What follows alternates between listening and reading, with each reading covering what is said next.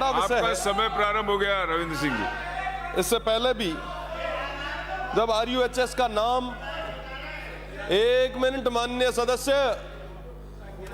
जब पक्ष और विपक्ष दोनों से निवेदन है कि निर्दलीयों को पूरा मौका मिले। हम जब बोलते हैं तब आप बीच में बोलने लग जाते हैं। हाँ, निश्चित रूप से आप दोनों ने, पक्ष और विपक्ष ने, स्टेट का तो ये हाल कर ही दिया है। प्रदेश की 8 करोड़ जनता देख ही रही है। हाँ, राजस्थान आयुर्विज्ञान संस्थान रिम्स, बहुत बढ़िया ऐतिहासिक बिल लाए हैं, बहुत बढ़िया बिल लाए हैं। पहले भी मैंने कहा था कि साहब बकरे नाम शेर राखियो है, पर साहब इसके अंदर जब इसकी पूरी संरचना देखी, इसके अंदर जब गवर्निंग काउंसिल देखी, किस तरीके से किन किन लोगों को आप अपॉइंट कर रहे हैं, वो तमाम चीजें देखी, तो लग रहा है कि धीरे धीरे आने वाले समय में ये सदन और यहाँ बैठे तमाम सदस्यों की आवश्यकता को भी हम खत्म कर देंगे। एक भी जनप्रतिनिधि को उसमें आपने जगह नहीं दी। वाकई ये बहुत गंभीर विषय है।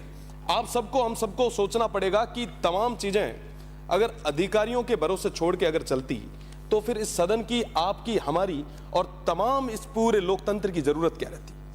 आपको इस पे विचार करना होगा। साथ ही साथ मेरा निवेदन है कि आप बहुत बड़ा बजट खर्च भी कर रहे हैं, पर आए दिन हम पूरे प्रदेश भर में देखते हैं कि साहब कई सारे युवा जो अपनी जायज मांगों के लिए लड़ते रहते हैं। मैं आपको बताना चाहूंगा, 2018 से प्रयोगशाला सहायक भर्ती लंबित पड़ी है। तमाम लोग हैं, जो तमाम युवा है, वो आए दिन धरने दे रहे हैं, प्रदर्शन कर रहे हैं। मेडिकल हेल्थ वॉलंटियर फोर्स की वित्तीय स्वीकृति अभी तक पेंडिंग पड़ी है। CHOs वो आए दिन सभी MLAs के पास, माननीय मंत्री जी के पास जाते हैं, पर अभी तक उनको कोई जवाब नहीं मिला।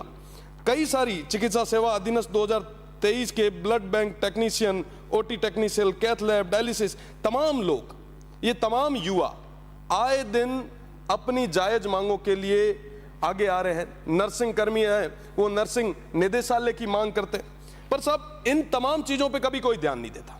रिम्स बनाने की ओर तो हम जा रहे हैं, पर आप विचार करें साहब, एक तरफ आप रिम्स बना रहे हैं, दूसरी तरफ आपके ग्रामीण क्षेत्रों के CSC, PSCs के क्या हाल है, डिस्ट्रिक्ट हेडक्वार्टर के जो हॉस्पिटल्स हैं उनके क्या हाल है।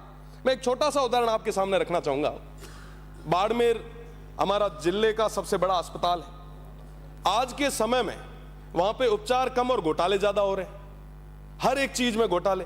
मैं तो प्रदेश की सरकार से और विशेषकर मंत्री जी से निवेदन करना चाहूंगा, अगर आप मजबूत हैं, अगर वाकई कुछ कर सकते हैं, तो Barmer medical college, Barmer hospital और पूरे हेल्थ सिस्टम की एक बार जांच करवा दें। दूध का दूध, पानी का पानी हो जाएगा। आपकी CHC, PHC कमजोर है, जिसके कारण आए दिन डिस्ट्रिक्ट हेडक्वार्टर पे लोड बढ़ता है। डॉक्टर्स तो पहले से ही कम है। अब डॉक्टर की मैं बात कर लूं, अपन बात कर रहे हैं कि साहब हम रिम्स बना रहे हैं। कुल स्पेशलिस्ट डॉक्टर की अगर बात करूं तो 2600 की रिक्वायरमेंट है, पर हमारे पास मात्र 510 है, जिनमें से 2090 के आसपास पोस्ट है खाली पड़ी है। सर्जन की अगर मैं बात करूं तो हमें जरूरत है 650 डॉक्टर्स की, हमारे पास कितने हैं? 101। कुल कितने खाली पड़े हैं पद? 500 गुण 50। स्त्री रोग, अभी जो बात चल रही थी, मातृ शक्ति की बात हम करते हैं, महिला सशक्तिकरण की बात करते हैं, पर आप देखें साहब कि 650 पदों की जरूरत है, 650 डॉक्टर्स की जरूरत है। उनमें से हमारे पास कितनी है? मात्र 131। आप विचार करें कि 519 पोस्टें खाली पड़ी है। मैं ये आंकड़ा बता रहा हूं, ये आंकड़ा मेरा नहीं है, ये हेल्थ डायनेमिक्स ऑफ इंडिया का एक सर्वे है, उसकी रिपोर्ट मैं आपके सामने रख रहा हूं। अगर मैं चाइल्ड, जो शिशु रोगों के स्पेशलिस्ट डॉक्टर हैं, उनकी अगर मैं बात करूं तो 650 के आसपास की, माननीय सदस्य, ये तमाम आंकड़े हैं साहब। ये आप रिम्स बनाएं, आप रिम्स बनाएं, हम आपके साथ में हैं। अगर आप कोई नवाचार, मेरा निवेदन है सभापति महोदय, आप कोई नवाचार करें, हम आपके साथ रहेंगे, पर कम से कम जो निवेदन है, और बहुत सारे मुझे आपका संरक्षण चाहिए साहब, मेरी बात मुझे पूरी करने दें।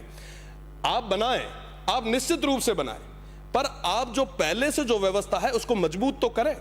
मैं बाड़मेर से आता हूं, सीमांत क्षेत्र से आता हूं। मेरे क्षेत्र का गडरा जो ब्लॉक है, उसके अंदर सबसे ज्यादा जरूरत है हेल्थ की।